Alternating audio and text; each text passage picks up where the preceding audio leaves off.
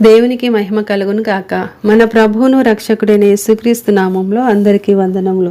ఈరోజు పరిశుద్ధ గ్రంథంలోని వాక్య పఠనము యెషయా గ్రంథము 30వ అధ్యాయము 1వ వచనం నుండి 15వ వచనం వరకు. యెహోవా వాక్కు ఇదే: లోబడని పిల్లలకు శ్రమ, పాపమునకు పాపము కూర్చుకొనున్నట్లుగా వారు నన్ను అడగక ఆలోచన చేయుదురు. నా ఆత్మ నియమింపని సంధి చేసుకొందురు. వారు నా నోటి మాట విచారణ చేయక ఫరో బలము చేత తమ్మును తాము బలపరుచుకొనుటకు ఐగుప్తు నీడను శరణు జొచ్చుటకు ఐగుప్తునకు ప్రయాణము చేయుదురు. ఫరో వలన కలుగు బలము మీకు అవమానమగును. ఐగుప్తు నీడను శరణుజొచ్చుట వలన సిగ్గు కలుగును.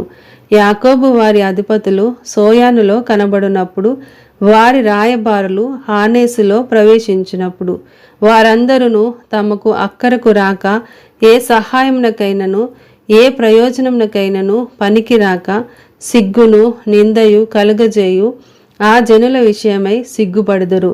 దక్షిణ దేశములోనున్న క్రూర మృగములను గూర్చిన దేవోక్తి: సింహి సింహములను పాములను తాపకరమైన మిడునాగులునున్న మిక్కిలి శ్రమ బాధలు గల దేశము గుండా వారు గాడిద పిల్లల వీపుల మీద తమ ఆస్తిని, ఒంటెల మూపుల మీద తమ ద్రవ్యములను ఎక్కించుకొని తమకు సహాయము చేయలేని జనము నొద్దకు వాటిని తీసుకొని పోవుదురు. ఐగుప్తు వలని సహాయము పనికి మాలినది, నిష్ప్రయోజనమైనది. అందుచేతను ఏమీయూ చేయక ఊరకుండు గప్పాలమారి అని దానికి పేరు పెట్టుచున్నాను. రాబోవు దినములలో చిరకాలము వరకు నిత్యము సాక్షార్థముగా ఉండునట్లు నీవు వెళ్ళి వారి ఎదుట పలక మీద దీని వ్రాసి గ్రంథములో లిఖింపుము. వారు తిరగబడు జనులు, అబద్ధమాడు పిల్లలు, యెహోవా ధర్మశాస్త్రము విననొల్లని పిల్లలు, దర్శనము చూడవద్దని దర్శనము చూచువారితో చెప్పువారును, యుక్త వాక్యములను మాతో ప్రవచింపకుడి, మృదువైన మాటలనే మాతో పలుకుడి, మాయా దర్శనములను కనుడి, అడ్డము రాకుండుడి, త్రోవ నుండి తొలగిడి.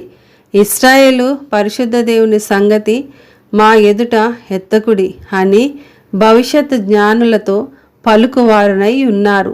అందుచేతను ఇశ్రాయేలు యొక్క పరిశుద్ధ దేవుడు ఈలాగు సెలవిచ్చుచున్నాడు: మీరు ఈ వాక్యము వద్దని త్రోసివేసి బలాత్కారమును కృత్రిమమును నమ్ముకొని అట్టి వాటిని ఆధారము చేసుకుంటిరి గనుక ఈ దోషము మీకు ఎత్తైన గోడ నుండి జోగి పడబోచున్న గోడ అండవలే అగును.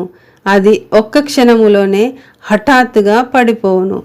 కుమ్మరి కుండ పగలగొట్టబడినట్లు ఆయన ఏమియు విడిచిపెట్టగా దాని పగలగొట్టును.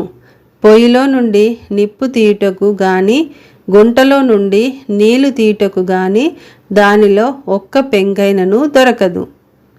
ప్రభువును ఇశ్రాయేలు యొక్క పరిశుద్ధ దేవుడునగు యెహోవా ఈలాగు సెలవిచ్చుచున్నాడు: మీరు మరలి వచ్చి ఊరకుండుట వలన రక్షింపబడుదురు. మీరు ఊరకుండి నమ్ముకొనుట వలన మీకు బలము కలుగును. ఆమేన్.